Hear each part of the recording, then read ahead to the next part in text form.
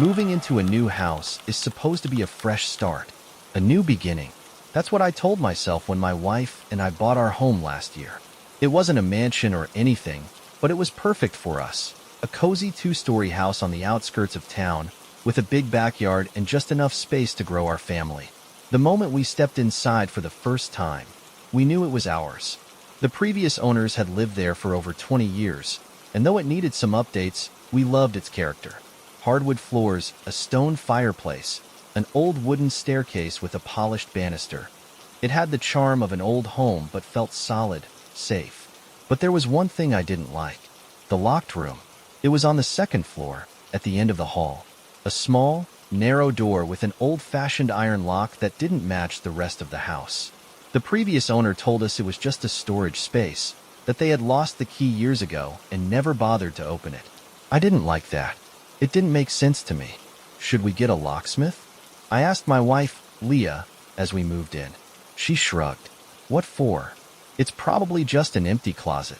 We'll deal with it later. I agreed.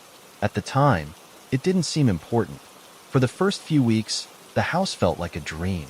We settled in, decorated, made it our own.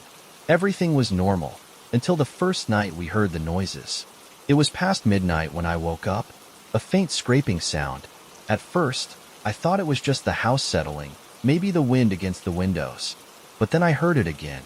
Scrape, scrape. It was coming from upstairs. I sat up, my breath caught in my throat. Leah was still asleep beside me. The noise was so soft, so deliberate, almost like something was moving inside the locked room.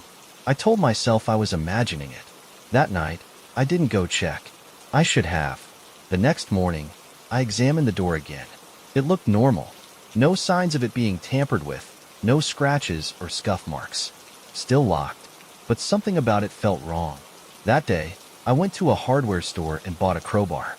I told Leah it was just in case, but in reality, I couldn't stop thinking about the noises. That night, it happened again. Scrape, scrape, thump, like something shifting. This time, I wasn't going to ignore it. I grabbed the crowbar and crept upstairs. The hallway was dark, but the door at the end stood out, almost darker than the shadows around it. My pulse pounded in my ears as I pressed the crowbar to the gap and pushed. The wood groaned, the lock snapped, and the door swung open. The room was small, just an empty, dust-covered space with no windows. A cold, musty smell hit me instantly. But the worst part? There were scratches on the inside of the door. Deep, jagged grooves, like fingernails clawing at the wood. My breath caught in my throat.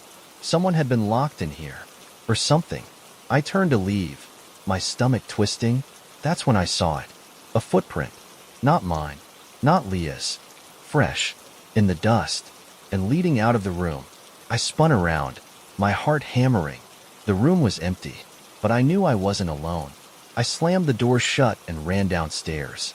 Leah found me sitting on the couch, gripping the crowbar like my life depended on it. When I told her what I found, she laughed, until I took her upstairs and showed her the scratches. Her face paled. "We're selling the house," she said. I agreed. That night, I locked the door again, but at exactly 3 a.m., it unlocked on its own. We moved out the next week, and the worst part? Before we left, I asked the previous owners one last question. Who locked that door? There was a long silence. Then, in a whisper, the old woman told me. We did, to keep it inside. Buying a house is supposed to be a milestone, a moment of triumph. That's how I felt when my girlfriend, Amy, and I found the perfect home, a one-story fixer-upper in a quiet neighborhood. It needed some work, sure, but the price was unbeatable. For the first few weeks, everything was fine. We spent our days painting, unpacking, making the place feel like ours. At night, we'd sit on the couch with a bottle of wine, talking about the future. It felt like a dream, until we noticed the noises. It started subtly, just the occasional soft thump coming from inside the walls. At first, I thought it was the house settling, old pipes, maybe even mice in the attic. But then the breathing started. Late at night, as we lay in bed, I'd hear it. Slow, shallow breaths coming from the air vent near the ceiling. In, out, in, out. I told myself it was airflow from the ducts, but I couldn't shake the feeling that something was listening. Amy didn't notice at first, but then, one night, she woke up screaming. I shot up, heart hammering. What? What's wrong?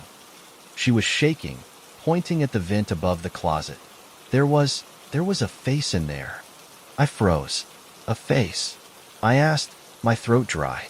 She nodded, gasping for breath. I swear, I saw eyes. Just for a second, and then they were gone. I tried to calm her down, telling her it must have been a shadow, a trick of the light. But deep down, I felt sick, because she wasn't the only one who had seen something. That weekend, I decided to check the vents. Amy begged me not to. She wanted to call someone, get an inspection, but I needed to know. I pulled the stepladder from the garage, climbed up to the vent in our bedroom, and unscrewed the cover. I expected dust, maybe a dead rat, but I didn't expect to find a pair of footprints. Small, bare, pressed into the dust of the air duct. Someone had been crawling through there. I nearly fell off the ladder. My hands were shaking as I climbed down, my mind racing. Someone was living in our walls. Amy saw my face and knew. What? What is it? I didn't want to tell her, but I had no choice. I grabbed a flashlight and went to check the other vents. That's when I found the hatch. It was in the laundry room, hidden behind a stack of boxes. A small, rusted metal door, one I had never noticed before. My pulse pounded as I reached for the handle. It swung open with a loud creak. Behind it, a crawl space, narrow, pitch black, and filled with trash. Food wrappers, empty water bottles, a tattered blanket, still warm.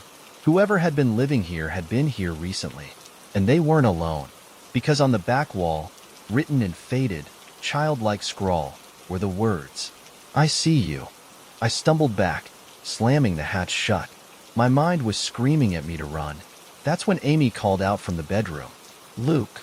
Her voice was shaking. I turned and saw her pointing at the ceiling vent. The cover was missing, and two pale, bony hands were reaching out from the darkness inside. We ran. We didn't stop running until we were in the car, speeding away from the house. The police searched the place the next morning. They found nothing. No footprints. No blankets. No sign of anyone having lived there. But we knew. We knew what we saw. And I'll never forget the last thing the officer said before we left. "Funny thing," he muttered, flipping through his notebook. "The last owner reported hearing noises too. They moved out after just 3 months. We left that day. And sometimes, when I wake up in the middle of the night, I swear, I can still hear the breathing." Buying my first house was supposed to be the happiest moment of my life. I had spent years saving up, planning, waiting for the right opportunity. When I finally found a small, affordable house on the edge of town, it felt like fate. It wasn't anything fancy, just a modest one-story with a basement, but it was mine. The day I moved in, everything felt off. I told myself it was just nerves.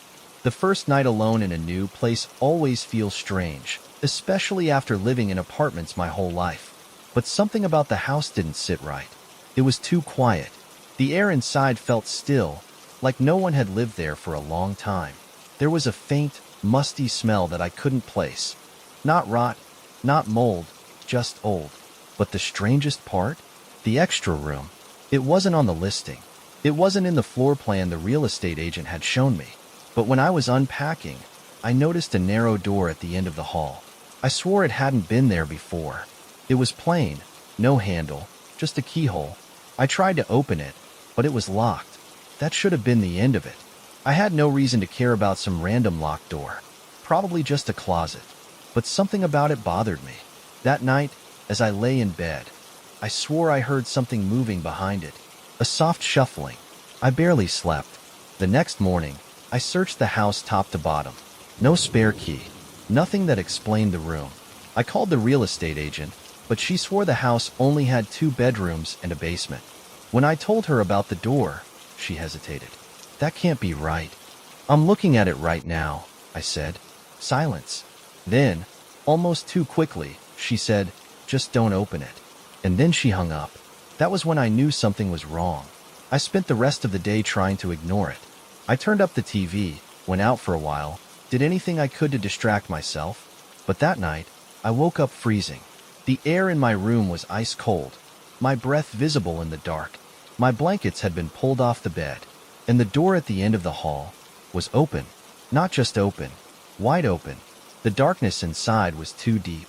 I couldn't see anything past the threshold, just a black void. Then, footsteps. Slow, deliberate, coming toward me. I couldn't move. My body felt paralyzed with fear. The footsteps stopped. Silence. Then, a whisper. "You're not supposed to be here." I shot up, lunged for the light switch, and the door was closed again. No footprints. No sign it had ever been open. I barely lasted another day in that house. I didn't sleep. I barely ate. Every time I passed the door, my chest tightened with a horrible sense of dread. That evening, I grabbed a hammer.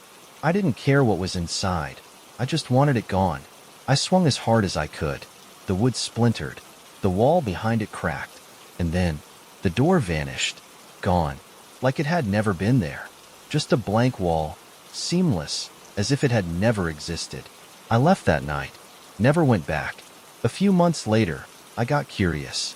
I searched old records, tried to find out anything about the property. And I did. 40 years ago, there had been one more room. A child's bedroom. But after the boy went missing, his parents sealed it up. They left the house the next year. The listing records never mentioned the extra room, because, according to the blueprints, it wasn't supposed to exist anymore.